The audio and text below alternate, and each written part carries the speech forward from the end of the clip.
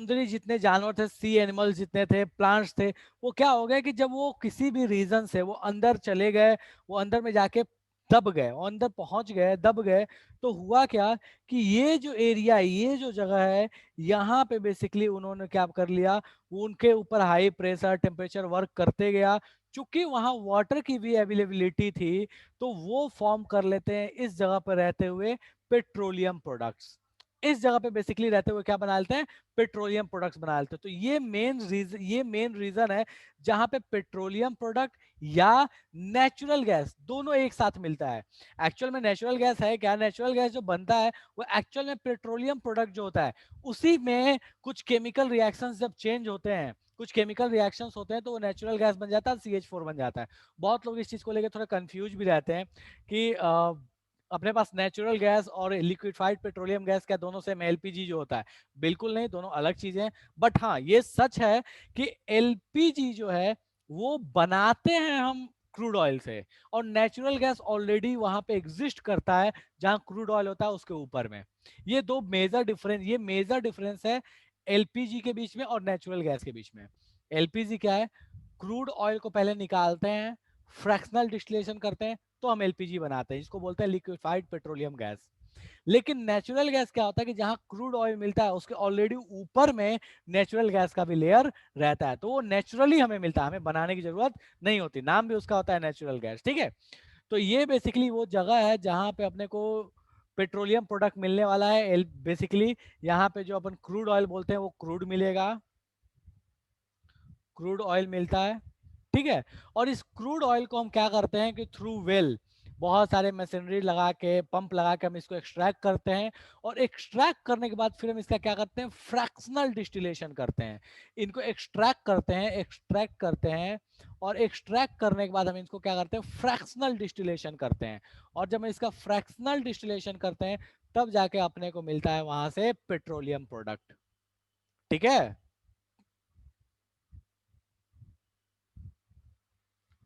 इसको fractional distillation करते हैं, तब जाके हमें मिलेगा पेट्रोलियम प्रोडक्ट। अब बात ये आती है कि भैया फ्रैक्शनल डिस्टिलेशन कैसे करेंगे सर, हमें कैसे पता चलेगा कि ऑयल कहाँ है।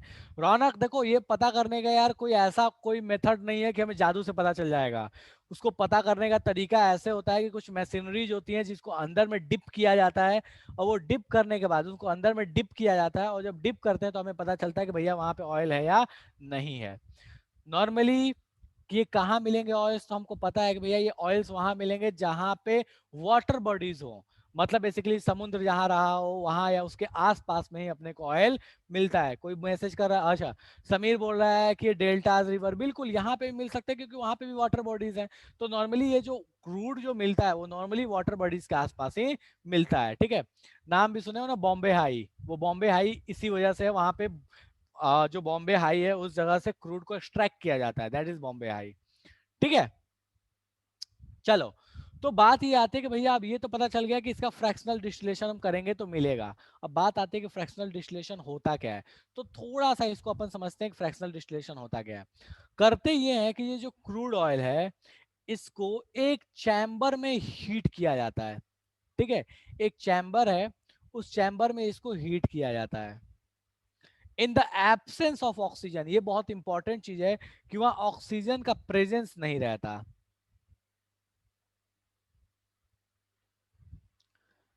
और जहां इनको हीट किया जाता है यहाँ हर जगह से अपना एक्सट्रैक्शन कर लिया जाता है। देखो एक मिनट, मैं इस डायग्राम को बना लेता हूँ, और यहाँ गौर फरमाओगे तो आपको समझ में आ जाएगा कि आखिर ये है क्या, और कुछ नहीं, बहुत सिंपल सा प्रोसेस, बहुत सिंपल प्रोसेस है। ठीक है, चलो,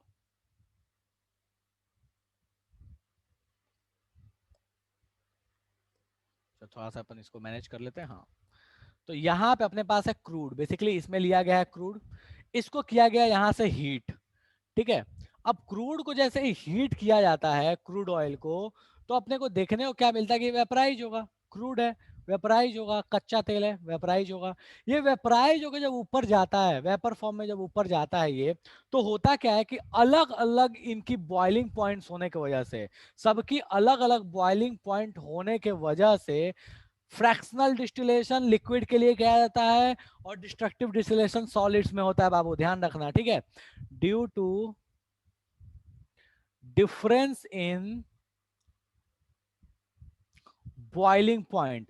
बॉइलिंग पॉइंट में डिफरेंस होने के वजह से ये सारे जितने भी इस क्रूड के कंपोनेंट हैं, कौन कौन से कंपोनेंट, पेट्रोल, डीजल, केरोसिन, ये जितने कंपोनेंट्स हैं वो सारे ही कंपोनेंट अलग अलग जगह कलेक्ट हो जाते हैं।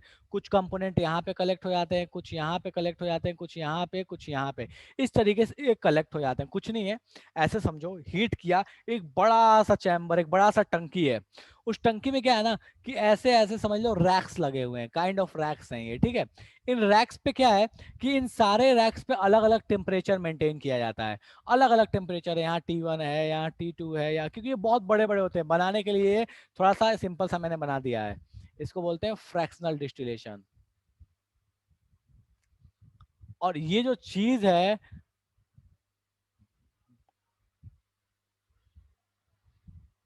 और ये जो चीज है इसको बोलते हैं फ्रैक्शनेटिंग कॉलम।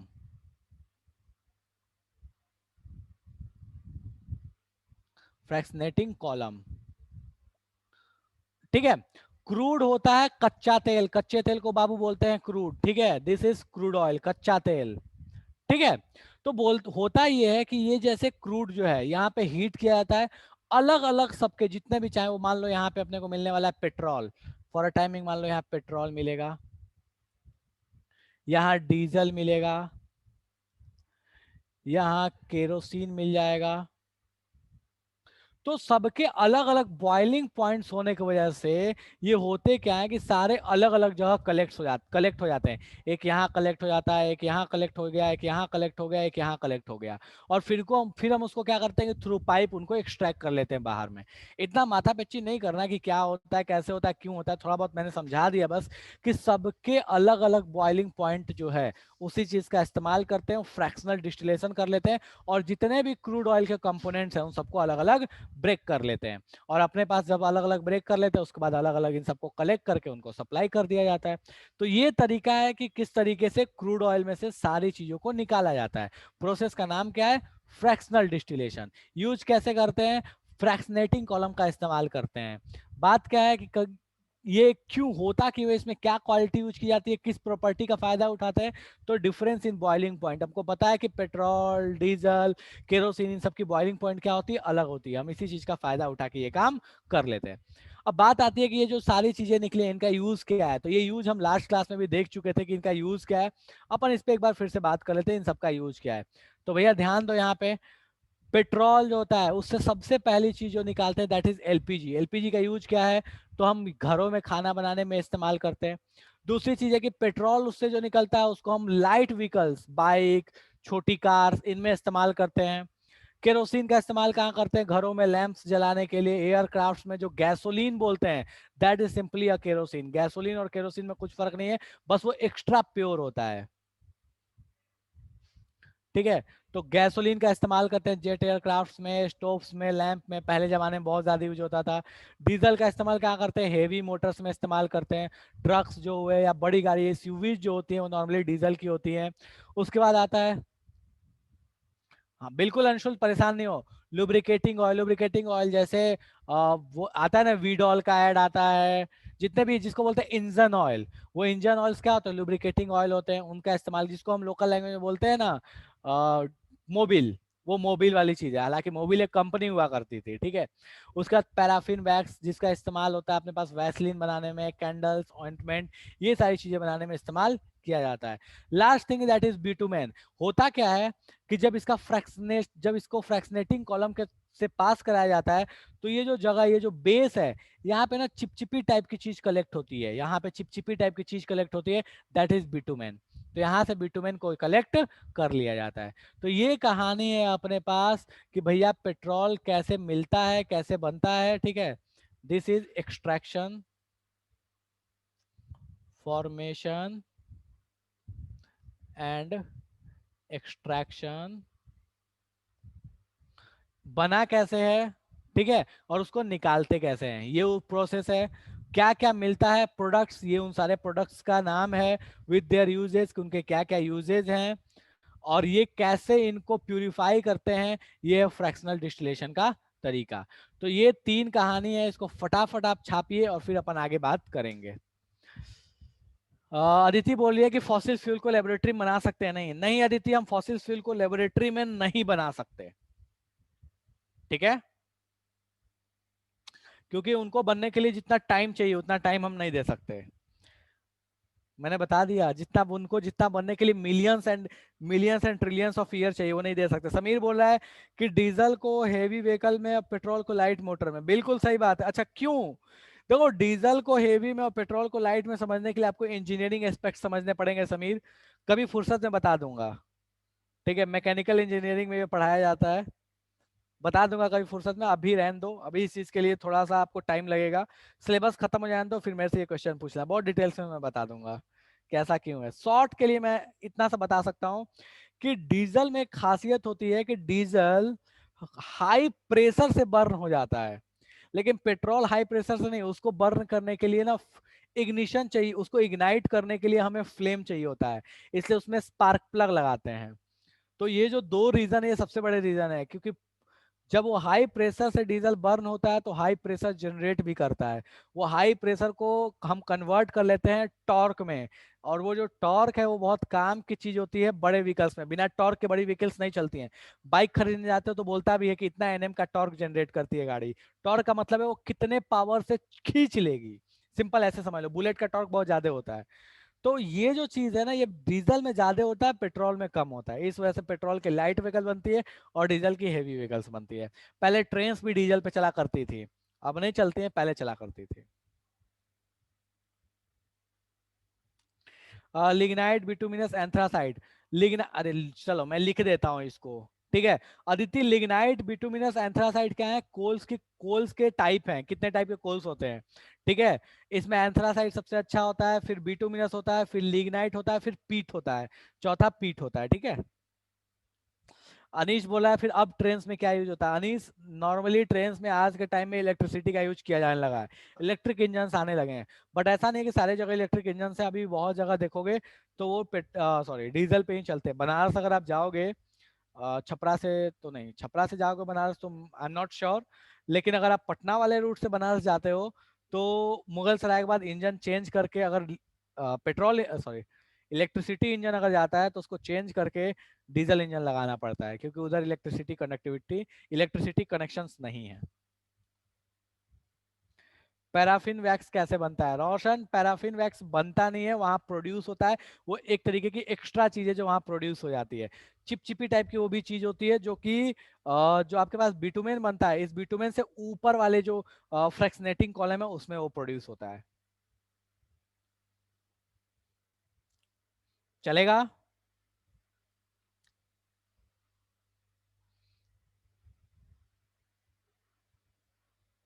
चलो ठीक है, फटाफट लिखो इसको, कंप्लीट करो बाबू फटाफट।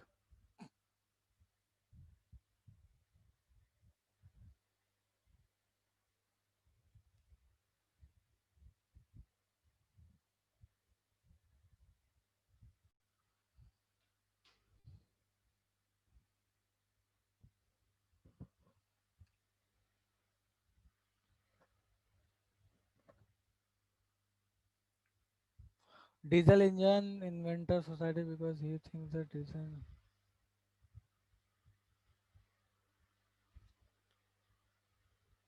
क्या कहना चाहता है कर्तव्य? डीजल इंजन क्या?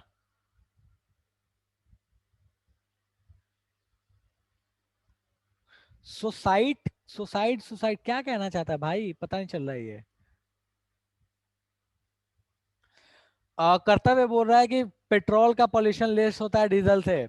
कर्तव्य देखो, एक चीज है, डीजल में बहुत सारे ऐसे कंपोनेंट होते हैं जिनके वजह से जो पॉल्यूशन होता है वो बहुत हार्मफुल होता है, ठीक है।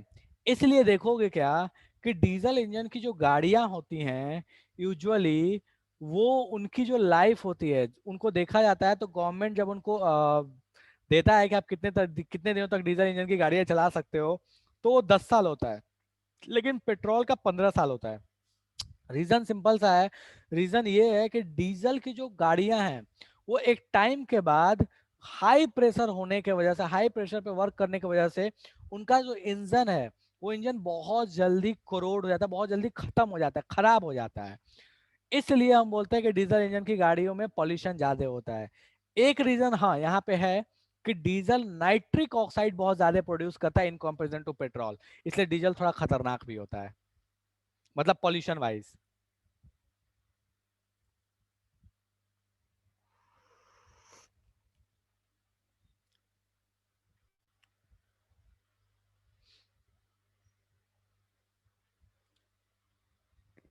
बाइक 15 ईयर चला सकते हैं, बिल्कुल अंशुल। बाइक 15 साल चला सकते हो, क्योंकि बाइक जो होता है वो पेट्रोल इंजन होता है। Diesel engine invented by someone, that person kills himself because he think that diesel engine will not use in future। अच्छा, कर्तव्य बोल रहा है कि डीजल इंजन जिसने बनाया था उसने सुसाइड कर लिया, इसलिए क्योंकि उसको लगा था डीजल इंजन कभी बाद में काम नहीं आएगा। अदिति क्या बताऊं, प्लीज टेल, क्या बताऊं? अंशु बोल रहा है कि बाइक 15 साल ही चला सकते हो उसके बाद। बाइक 15 साल आप चला सकते हो, उसके बाद आपको उसके लाइसेंस, सॉरी, उसको क्या बोलते हैं, मैं भूल रहा हूँ। हाँ, आरटीओ। आरटीओ से आपको एक बार बाइक को चेक करवाना पड़ता है, और आपको दोबारा से अप्रूवल लेना पड़ता है। जब वो चेक करते हैं तो वहाँ ये देखते हैं कि जो आपकी बाइक है वो पॉल्यूशन कितनी कर रही है, क्या वो पॉल्यूशन इतना है कि उसको दोबारा रिन्यू किया जा सके। तो सारा कुछ चेक होने के बाद आप आरटीओ में टैक्स भरते हो, तो उसके बाद दोबारा चला सकते हो। लेकिन नॉर्मली 15 साल के बाद कोई भी बाइक ऐसी नहीं, बस नॉर्मली, ऐसा नहीं है कि सारी, बट नॉर्मली 15 साल के बाद बाइक की लाइफ खत्म हो जाती है, उनका जो पॉल्यूशन का जो स्टेटस है वो बहुत ज्यादा बढ़ जाता है।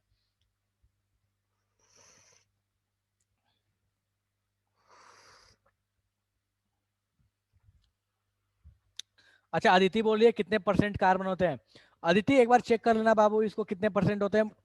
एक में होता है कुछ 70, एक में होता है 65, ऐसे करके होता है। चेक करना, एक बार देख लेना, मैं नेक्स्ट क्लास में मैं देख के बता दूंगा एग्जैक्ट कितना होता है। बट ये कोई मतलब फिक्स टर्म नहीं है, ये वेरिएबल है।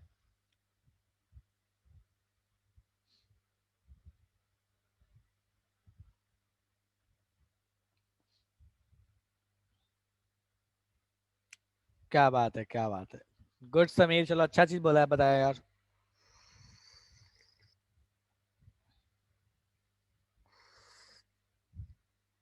हाँ बिल्कुल।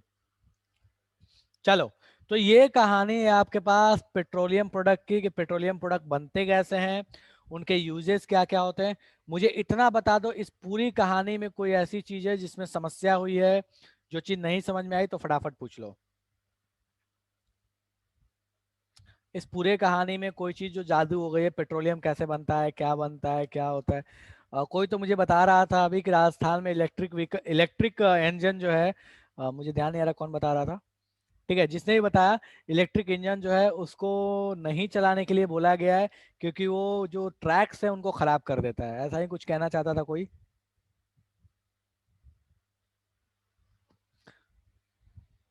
अदिति बोले पेट्रोकेमिकल, बेटा पेट्रोकेमिकल का मतलब होता है पेट्रो, जो क्रूड ऑयल से जितने भी केमिकल्स मिलते हैं उनको हम बोलते हैं पेट्रोकेमिकल प्रोडक्ट्स। ये जितने हैं, डीजल, पेट्रोल, केरोसिन, पैराफिन, ये सारे पेट्रोकेमिकल काउंट होते हैं। और जो आज के टाइम में जितने कॉस्मेटिक्स बनते हैं, उसमें मैक्सिमम परसेंटेज जो होता है वो पेट्रोकेमिकल प्रोडक्ट का होता है। और उसमें भी मैक्सिमम जो होते हैं वो बिटुमेन से और भी, क्योंकि बिटुमेन जो होता है ना वो खुद में बहुत सारे उसमें केमिकल्स होते हैं, तो बिटुमेन से बहुत सारे केमिकल्स एक्सट्रैक्ट किए जाते हैं, और उससे उन सारे कॉस्मेटिक्स को बनाया जाता है। तो बहुत सारे कॉस्मेटिक जो है इस पेट्रोकेमिकल से बनते हैं। फ्रैक्शनल डिस्टिलेशन के बारे में थोड़ा सा बताऊं, देखो, फ्रैक्शनल डिस्टिलेशन एक ऐसा तरीका है जिससे क्रूड ऑयल के जितने भी कंपोनेंट हैं, कंपोनेंट का मतलब हुआ वो जो जो चीजें उसमें हैं, पेट्रोल, डीजल, केरोसिन, इन सबको अलग किया जाता है, डिस्टिल आउट किया जाता है बेसिकली। ये किस प्रिंसिपल पे चलता है, तो difference in boiling point, petrol, diesel, kerosene, इन सबका बॉइलिंग पॉइंट अलग होता है, इसी चीज का फायदा उठा के इन सबको अलग कर दिया जाता है। कैसे करते हैं, तो फ्रैक्शनेटिंग कॉलम का इस्तेमाल करते हैं, जो क्रूड ऑयल है उसको हीट करते हैं, और हीट करके फ्रैक्शनेटिंग कॉलम में सबको अलग अलग कर लेते हैं। करते हुए बोला क्रूड कहाँ मिलता है, क्रूड भाई अभी बताया तो, देख कहाँ मिलता है, यहाँ मिलता है, जमीन के अंदर मिलता है, नॉर्मली वो लेक सीज जो है उनके उसके आसपास में मिलता है, ठीक है।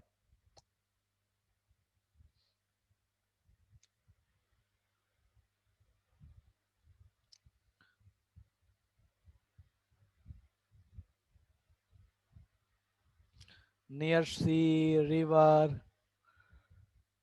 डेल्टा।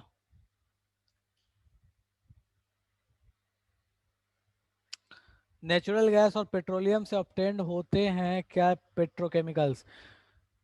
अदिति, जो आप नेचुरल गैस जिसको समझते हो, नेचुरल गैस क्या है? क्रूड ऑयल के ऊपर में जो गैस की लेयर थी उसी को बोलते हैं नेचुरल गैस। तो ये चाहे नेचुरल गैस हो, चाहे वो आपके पास पेट्रोकेमिकल हो। पेट्रोकेमिकल का मतलब क्या हुआ? पेट्रोकेमिकल का सिंपल सा मतलब हुआ कि petroleum based chemicals. Petroleum based chemicals कौन से होंगे? जो पेट्रोलियम प्रोडक्ट से मिलेंगे, दैट आर सिंपली पेट्रोकेमिकल। ठीक है। Kerosene is form by petrol and by others. ठीक है समीर, पेट्रोल से नहीं, बेसिकली हम पेट्रोकेमिकल, हम पेट्रोलियम नॉर्मली बोल क्या देते हैं, क्रूड ऑयल को पेट्रोलियम बोल देते हैं।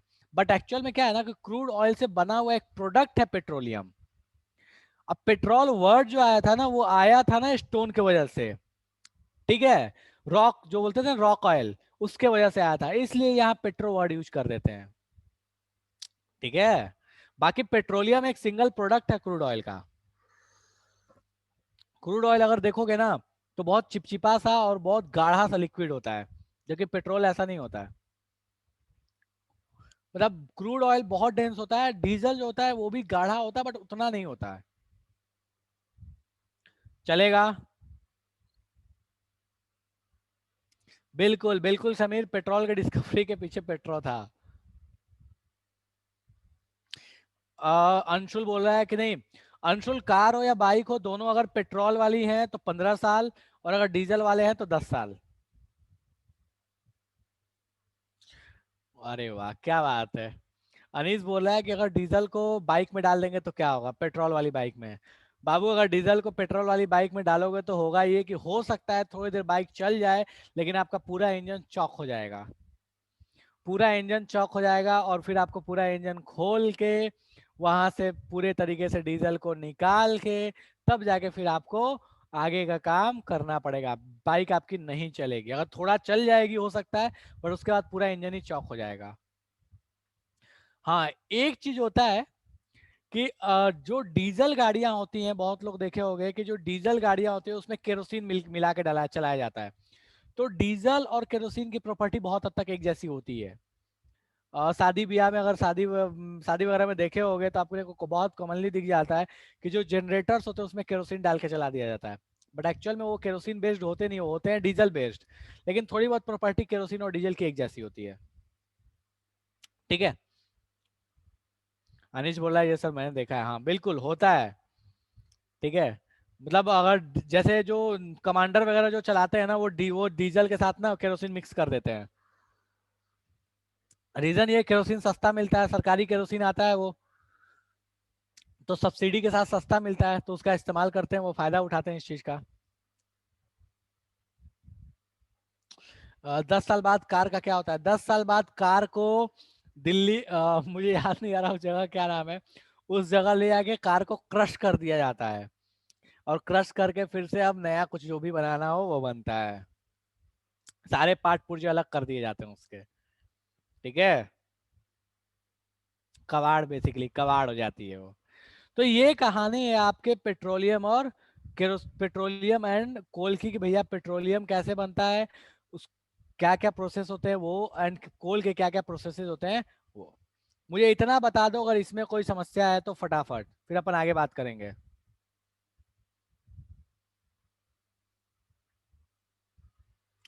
वाटर डाल दोगे भैया इंजन में तो खेल खत्म हो जाएगा आपके इंजन का। चलो नेक्स्ट, अब अपन बात करते हैं next thing, that is CNG, कि भैया सीएनजी क्या चीज होती है। ठीक है, आज के टाइम में देखोगे तो ये वर्ड बहुत फेमस हो गया सीएनजी। बहुत कॉमनली आप न्यूज में सुनते हो, दिल्ली में खास करके भैया सीएनजी व्हीकल्स चलाने के लिए, या कार्स आजकल सीएनजी फिटेड आने लगी हैं। सीएनजी है क्या? CNG is the compressed natural gas. इसका फुल फॉर्म क्या होता है? Compressed natural gas.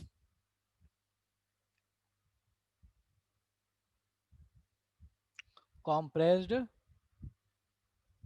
Natural gas. मिलता कहाँ है ये? ठीक है, तो ये मिलता है अपर लेयर ऑफ पेट्रोल या क्रूड। ठीक है, तो found on upper layer of crude oil. Crude oil के ऊपर वाले लेयर के जो क्रूड ऑयल होता है उसके ऊपर जो लेयर होता है वही होता है अपने पास सीएनजी। ये मेनली कौन सा केमिकल होता है? तो ये मेनली होता है दिस इज मेनली, ये जो केमिकल होता है ये ध्यान रखना, ये मेनली होता है methane gas.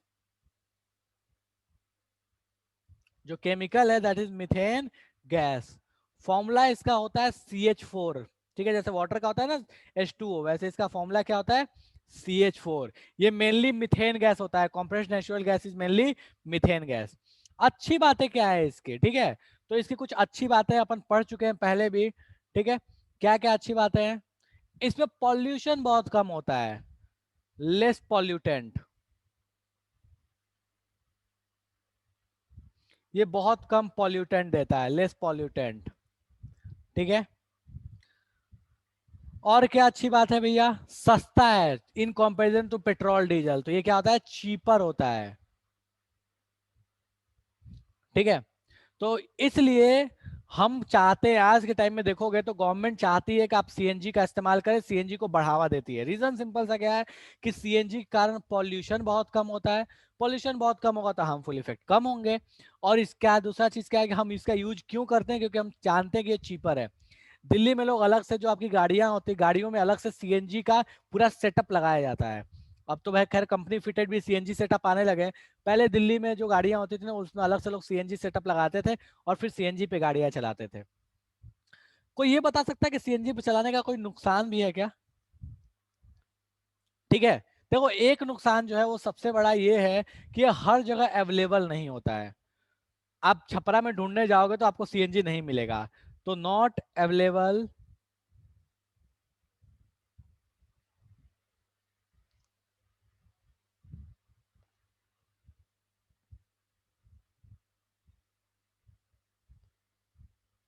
Not available in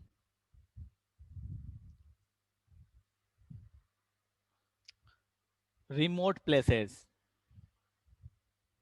remote places due to transportation reason, due to transportation and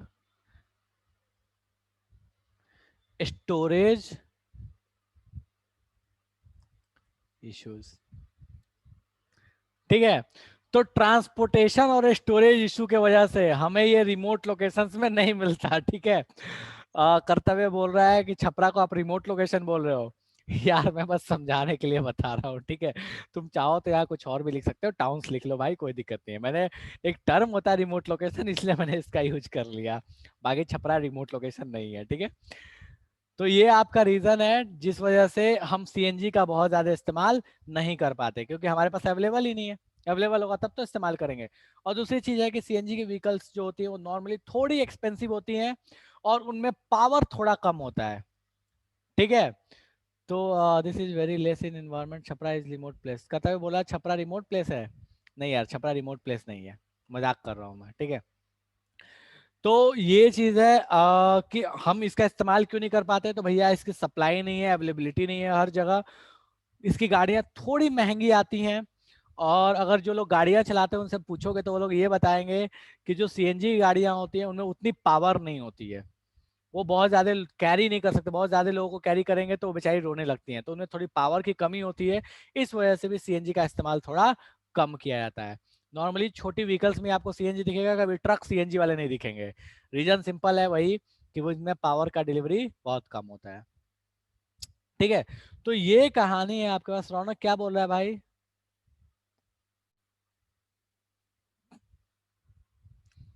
तो ये कहानी आपके पास है नेचुरल गैस का, कि नेचुरल गैस होता क्या है, उसका इस्तेमाल क्यों करते हैं और क्यों नहीं करते हैं।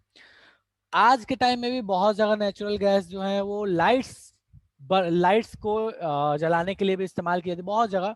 ऐसा नहीं है, बहुत जगह लाइट्स के लिए यूज की जाती हैं। बट यूजेस, मतलब नो डाउट कि यूजेस कम हो गए हैं पहले से, क्योंकि हमारे पास इलेक्ट्रिसिटी का डायरेक्ट अवेलेबिलिटी है। बट स्टिल अभी भी बहुत जगह यूज किया जाता है। कुछ म्यूजियम में नेचुरल गैस का इस्तेमाल किया जाता है। यार म्यूजियम में नेचुरल गैस का यूज क्या है, पहले तो मेरे को ये समझ में नहीं आ रहा है क्या यूज है, मतलब मुझे ध्यान नहीं है ऐसा कुछ कि म्यूजियम में क्या यूज होगा इसका।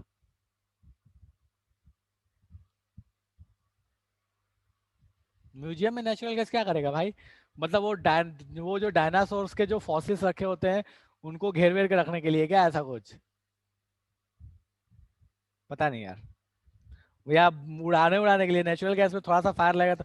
देखो नेचुरल गैस एक और तरीके से बनता है, ठीक है। जितने भी आपके पास बायोमास होते हैं वो सब सड़ते हैं, डिके होते हैं, तो वहां से भी नेचुरल गैस प्रोड्यूस होती है। एक नेचुरल गैस ये बहुत बड़ा रीजन है जिस वजह से फॉरेस्ट में फायर लगता है। फॉरेस्ट फायर का बहुत बड़ा रीजन है नेचुरल गैस। वहाँ मिथेन गैस ही सिंपली नेचुरल गैस, जब नेचुरल गैस रिलीज होती है तो जंगल के जंगल जल जाते हैं। ठीक है, तो ये अच्छी तो है ही लेकिन साथ में खतरनाक भी है।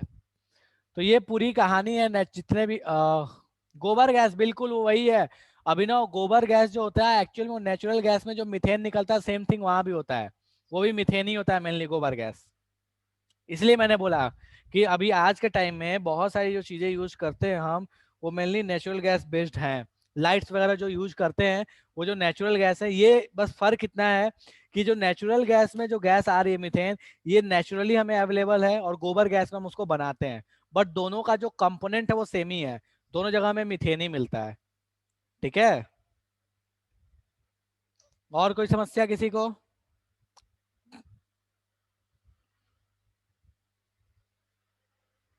डन है। फटाफट इसका फोटो खींच लो और अपन आगे बढ़ेंगे।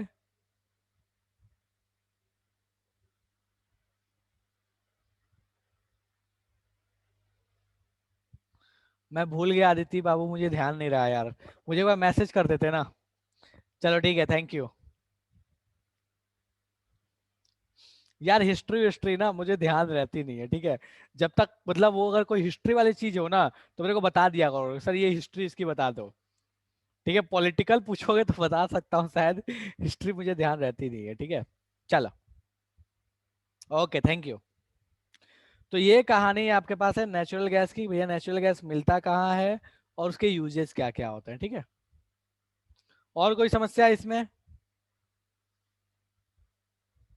बड़े आगे। क्या बात है, क्या गुड अदिति, अच्छी बात है बाबू। यार मुझे मतलब शुरू से हिस्ट्री पसंद नहीं है, शुरू से। क्योंकि मुझे ना कभी डेट टाइम याद करना ना वो मतलब मेरे बस के मतलब मेरे लिए बड़ा मुश्किल काम होता है। मैं भूल जाता हूँ, मुझे याद ही नहीं रहता। मुझे समझने वाली चीजें याद रहती थी लेकिन वो रटने वाली चीजें ना कभी रटाया नहीं मेरे से, और इसलिए बहुत समस्या हुई है मेरे को। चलो, इन एरोप्लेन में कौन सा, एरोप्लेन में हम बोलते हैं गैसोलीन। अनीश बताया तो था एरोप्लेन में गैसोलीन यूज किया जाता है। गैसोलीन कुछ नहीं है, एक ऐसे कह लो कि फिल्टर्ड केरोसिन है और कुछ अलग नहीं होता वो।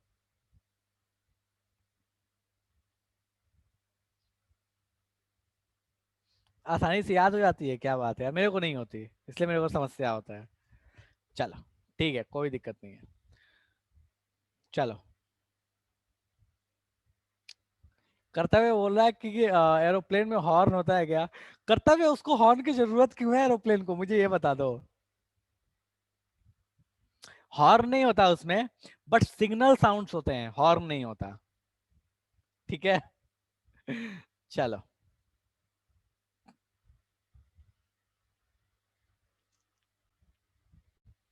Just a minute.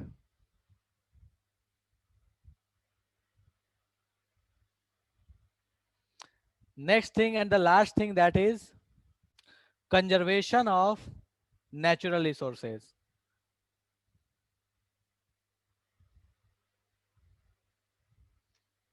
Conservation of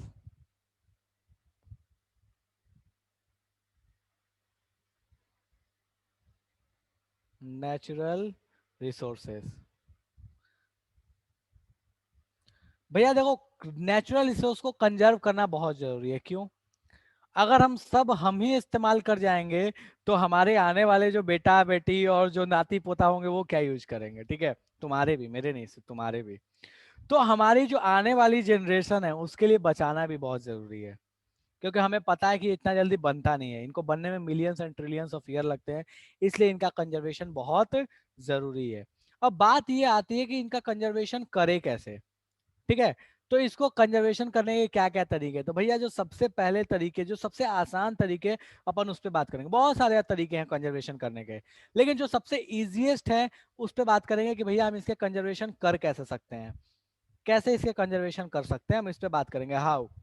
तो सबसे पहला और सबसे आसान तरीका है भैया, आप रिन्यूएबल सोर्स का यूज करो, फॉसिल फ्यूल का यूज कम करो, ठीक है। Use renewable sources,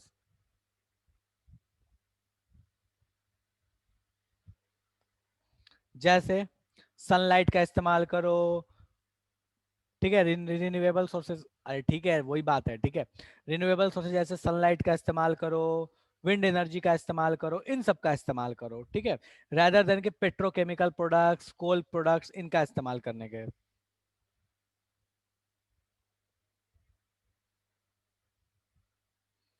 hydro power का इस्तेमाल करो, विंड एनर्जी का इस्तेमाल करो,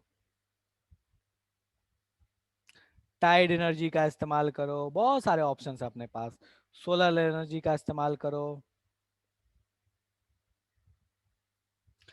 नेक्स्ट थिंग है, और क्या कर सकते हैं भैया, कैसे बचा सकते हैं,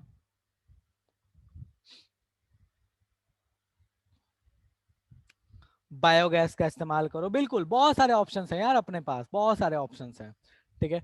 सेकंड थिंग क्या है, पब्लिक ट्रांसपोर्ट का यूज करो,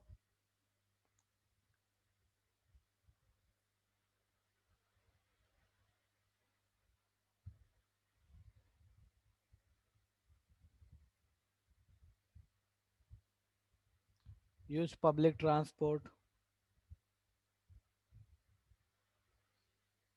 या साइकिल का यूज कर लो, ठीक है। या तो पब्लिक ट्रांसपोर्ट का यूज कर लो या साइकिल का यूज कर लो, चलेगा। पब्लिक ट्रांसपोर्ट जैसे, पब्लिक ट्रांसपोर्ट जैसे का मतलब हुआ ट्रेन बस, इनका इस्तेमाल करो रेदर देन कि अपनी कार दौड़ा के चल दिए। अपनी मत कार दौड़ाओ, ट्रेन का इस्तेमाल कर लो। कोई बोलेगा ट्रेन तो चल नहीं रहा है अभी, बस का इस्तेमाल करो, अभी के बात अलग है, वो अलग चीज है। बट ट्राई करो कि पब्लिक ट्रांसपोर्ट का इस्तेमाल किया जाए। शॉर्ट डिस्टेंसेस के लिए व्हीकल्स का नहीं यूज करें, भगवान ने दो पैर दिए उनका इस्तेमाल करें, ठीक है। चलो next, third thing, traffic signal पे इंजन ऑफ कर दें, इतना कष्ट करें, बचपन से अपने को सिखाया गया है।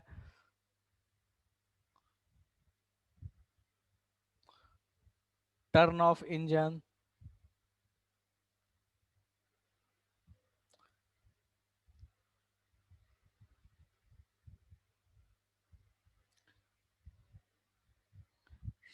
सिग्नल्स, सिग्नल्स पे इंजन ऑफ कर दें। नेक्स्ट थिंग, गाड़ी का पॉल्यूशन हमेशा चेक कराते रहें, उसको अपडेट रखें। कभी ऐसा ना हो कि इंजन में समस्या आ गया, पॉल्यूशन दे रहा है, दौड़ाए जा रहे हैं, ठीक है। Regular checkup of engine.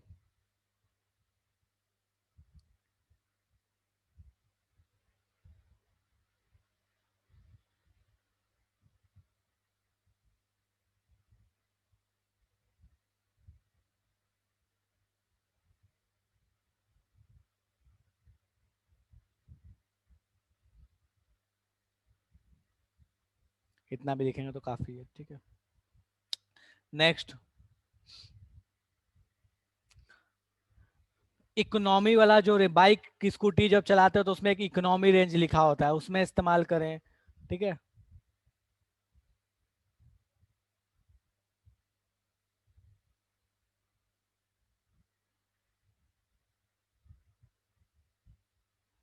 इसको छोड़ो, कुछ और सोचते हैं। ये सब तो एक टाइप के हो गए, ठीक है। तो ये सारी कहानी है, चलो अपने पूरा बहुत हो गया, 4 पॉइंट भी लिख लिए तो बहुत है। चलो,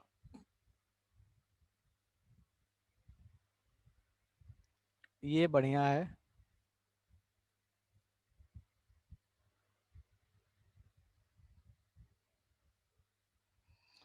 इलेक्ट्रिक व्हीकल्स का इस्तेमाल करें, ठीक है। तो ये सारी कहानियां, इन सबको करके आप फॉसिल फ्यूल को बचा सकते हैं, ठीक है।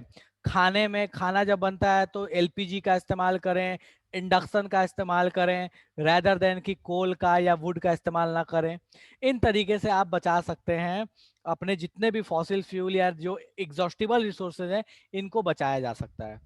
एक ऑर्गेनाइजेशन है पीसीआरए, ठीक है। पीसीआरए के बारे में भी बहुत सारी चर्चा की जाती है। पीसीआरए का काम क्या होता है, कोई बताएगा मुझे फुल फॉर्म क्या होता है पीसीआरए का? ठीक है,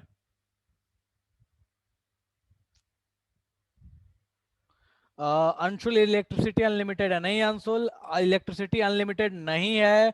अगर वो हाइड्रो इलेक्ट्रिसिटी है तो अनलिमिटेड है, लेकिन अगर वो थर्मल पावर है तो लिमिटेड है। बोलो रौनक, पीसीआरए का फुल फॉर्म बताओ फटाफट। Sir petroleum conservation research association. चलो, इसका फुल फॉर्म क्या होता है? Petroleum conservation and research association.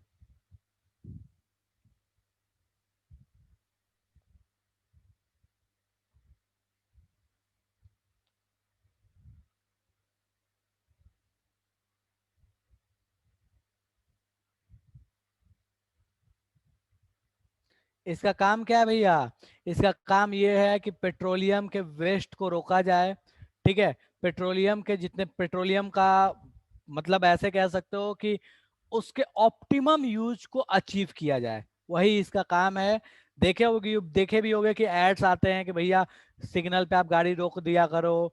जब जाओगे पेट्रोलियम प्रोडक्ट्स लेने, जब पेट्रोल पे, ये पे पेट्रोल टैंक पे जाओगे, तो वहां भी आपको बड़े बड़े बैनर्स दिख जाते हैं पीसीआरए का। इसका काम क्या है? इसका काम है भैया पेट्रोलियम के रिगार्डिंग रिसर्च करना और उसको सेव करना, ठीक है।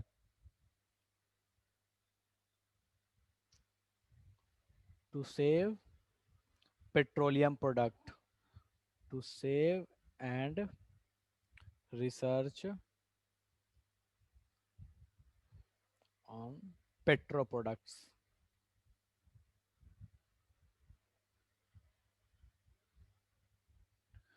तो ये कहानी है आपके पास 1978, क्या बात है, चलो ठीक है, ओके।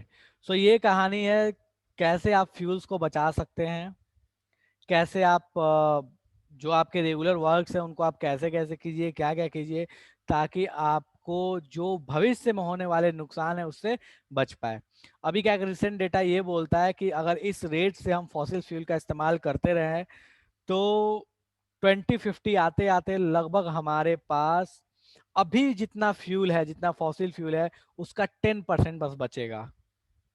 2050 आते आते लगभग फॉसिल फ्यूल खत्म हो जाएंगे, ठीक है। तो ये बहुत ज़रूरी है कि हम सही से इस्तेमाल करें, ताकि हमारे आने वाले जनरेशन को फॉसिल फ्यूल मिले और पॉल्यूशन कम हो। दो रीज़न है सिंपल से, दो रीज़न ये है कि भैया पॉल्यूशन, पहले तो पॉल्यूशन कम हो, और दूसरा हमारे आने वाले जनरेशन को फॉसिल फ्यूल मिले। एक बहुत अच्छी सी चीज़ है यहाँ पे, ठीक है।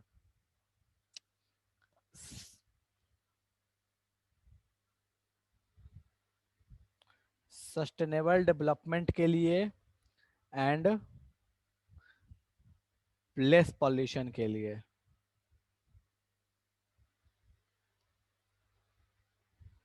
ठीक है। ये जो दो रीज़न है, इस वजह से हमारे लिए ज़रूरी है कि हम फॉसिल फ्यूल को सेव करें। एक बहुत अच्छा क्वेश्चन है, ठीक है, बहुत अच्छा क्वेश्चन है बच्चे, एक्चुअली बहुत अच्छा एक डिस्कशन था। एक बार कहीं पे डिस्कशन हो रहा था, तो किसी ने बोला था कि अगर, किसी ने बोला कि यार पेट्रोल का तुम यूज क्यों कर रहे हो, मतलब पेट्रोल को वेस्ट क्यों कर रहे हो।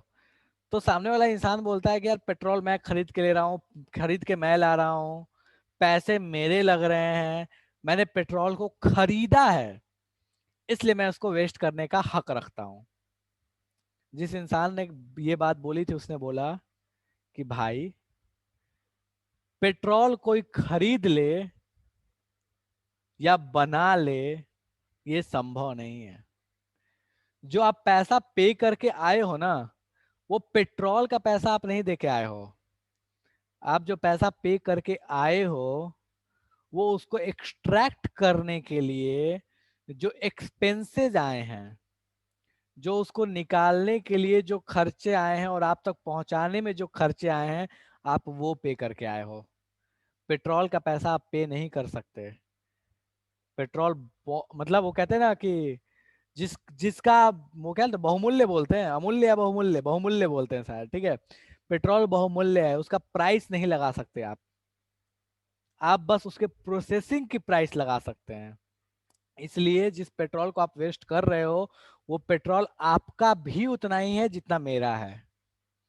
वो पेट्रोल हम सब के लिए बराबर बिलोंग करता है, उसकी इंपॉर्टेंस हम सबके लिए बराबर है, और वो हम सबका बराबर है। बस आपने चूंकि उसको एक्सट्रैक्शन में जो निकला है, जो एक्सपेंसेस आए हैं, आपने पे किया, इसलिए आपको वो दे दिया गया है। वो आपके ऊपर एक एहसान है, ना कि आपका हक है वो। ये बहुत अच्छी चीज थी। मैं एक बार देख रहा था, ऐसे कार्टून था एक बेसिकली, ठीक है, उसमें ऐसे डिस्कशंस दिए हुए थे, मेरे को बहुत अच्छा लगा वो चीज। लगा कि हाँ क्या बात है, बहुत सही चीज बोला गया। जो भी नेचुरल रिसोर्सेज हैं, ठीक है, उन नेचुरल रिसोर्सेज के बारे में, मतलब चाहे वो पानी हो, पेट्रोल हो, डीजल हो, केरोसिन हो, किसी चीज के बारे में, कि आप उनको खरीद लो, ये आपके बस की बात नहीं है। आप बस पैसे पे करते हो उनको एक्सट्रैक्ट करने में जो प्रोसेस किया गया उसके लिए। इसलिए वो पेट्रोल या वाटर जो भी चीज है, वो उतना ही आपका है जितना हर किसी का है। ठीक है। अंशुल बोला प्रोसेसिंग फी रखता कौन है। देखो अंशुल, प्रोसेसिंग फी बात ये होती है कि जो कंपनियां उन्हें प्रोसेस करती हैं, ठीक है, वो पैसे उनके पास जाते हैं, थोड़ी गवर्नमेंट लेती है। ठीक है, ये होता है। बिल्कुल, वाटर भी सेम चीज है यार। वाटर, एक बात बताओ, वाटर कोई बनाता है क्या? नहीं। बस वाटर के लिए हम बिस्लरी का बॉटल खरीद के लाते हैं, 20 रुपए देते हैं। नदी का पानी फ्री का उठा के लेके आते हैं। बिस्लरी का 20 रुपए क्यों देते हैं? पानी का देते हैं क्या? नहीं, जो प्रोसेसिंग होता है उसका देते हैं, पानी का नहीं देते हम पैसे। ठीक है, चलो, एनीवेज ठीक है। तो ये थोड़ा सा लिंक से हट के चीज थी, बट जरूरी था। तो ये कहानी है आपके पास petrol and petrochemicals product and coal के। उम्मीद करता हूँ कि आप इसको पढ़ लीजिएगा एक बार, एनसीईआरटी और जो भी आप बुक फॉलो करते हैं उसको रीडिंग डाल लीजिएगा। और कोई चीज जो समझ में नहीं आई तो आप अपनी अगली क्लास में पूछ लीजिएगा। ठीक है। तो पानी को फिल्टर करने का पैसा देते हैं, बिल्कुल अंशुल सही बात है। पानी को फिल्टर करने का पैसा देते हैं, पानी का पैसा तो हम दे ही नहीं सकते। पानी हम नहीं खरीद सकते। पानी को फिल्टर करने का जो पैसा वो बस दे सकते हैं। बोला रही थी, क्या बोल रहे हो बच्चा? सॉरी सर, मैंने वो पीसीआरए का फुल फॉर्म बताने के लिए हैंड रेज किया था। अच्छा अच्छा, ठीक है। ओके, अदिति बोल रही है कि भैया गाड़ी मीडियम स्पीड पे चलाया करो, टायर्स में सही प्रेशर रखा करो, और साइकिल का इस्तेमाल किया करो। बिल्कुल सही है, साइकिल का इस्तेमाल करो, टायर्स में प्रेशर सही रखो, ताकि पेट्रोल का कंजम्पशन कम हो। अगर प्रेशर कम होता है तो पेट्रोल का कंजम्पशन ज्यादा होता है। पतले टायर्स के व्हीकल का इस्तेमाल करो। ठीक है, चलो ये मेरे तरफ से मैंने ऐड कर दिया। और बार बार जो एक्सेलरेट करके चलाते हैं उसमें भी पेट्रोल का कंजम्पशन बहुत ज्यादा होता है, तो एक कांस्टेंट स्पीड पे गाड़ी चलानी चाहिए। बिल्कुल, कार पुल का इस्तेमाल करो, सही बात है। चलो ठीक है, जो कि आपके छपरा में अवेलेबल नहीं होता है नॉर्मली। तो ये कहानी है पेट्रोल, डीजल, केरोसिन, कोल, इन सब की। अगले क्लास में कोई डाउट हो तो अपने डाउट रखे रहिएगा, अगले क्लास में उस पर डिस्कस करेंगे और फिर आगे बढ़ेंगे। ठीक है। कार पुल का मतलब होता है बाबू कि जैसे बहुत लोग जैसे देखे होंगे, जब सिटी में जाओगे तो ओला शेयर चलता है। ओला शेयर इज अ कार पुल। तो मतलब अगर मान लो मुझे यहाँ से रेलवे स्टेशन जाना है, ठीक है, तो मैं करूंगा क्या कि बहुत लोग मिल के उस कार को बुक कर लेंगे और सब लोग जाएंगे। तो बेसिकली एक एक तरीके का वो पब्लिक ट्रांसपोर्ट हो गया। बट बात ये है कि कुछ लोगों ने मिलके वो किया, इसलिए उसको कारपूल बोल सकते हैं। बहुत लोग इसको दूसरे तरीके से भी लेते हैं, कि जैसे मान लो ऑफिस जाना है, तो एक दिन मैं अपनी गाड़ी से लेके चला गया, एक दिन कोई दूसरा मुझे अपनी गाड़ी से लेके चला गया। तो इस तरीके से हम यूज कर सकते हैं। मान लो 4 लोग हैं, एक ही जगह से ऑफिस जाते हैं, किसी दिन एक ले गए, किसी दूसरा ले गया, तीसरा ले गया, चौथा ले गया, that is kind of carpool. ठीक है। हाँ, वर्क, स्कूल, जहां भी जाते हो, मतलब जो भी आपके काम है, जो रेगुलर वर्क है, वहां पे आप शेयर करके चला लो। बेसिकली शेयरिंग है और कुछ नहीं है। ठीक है।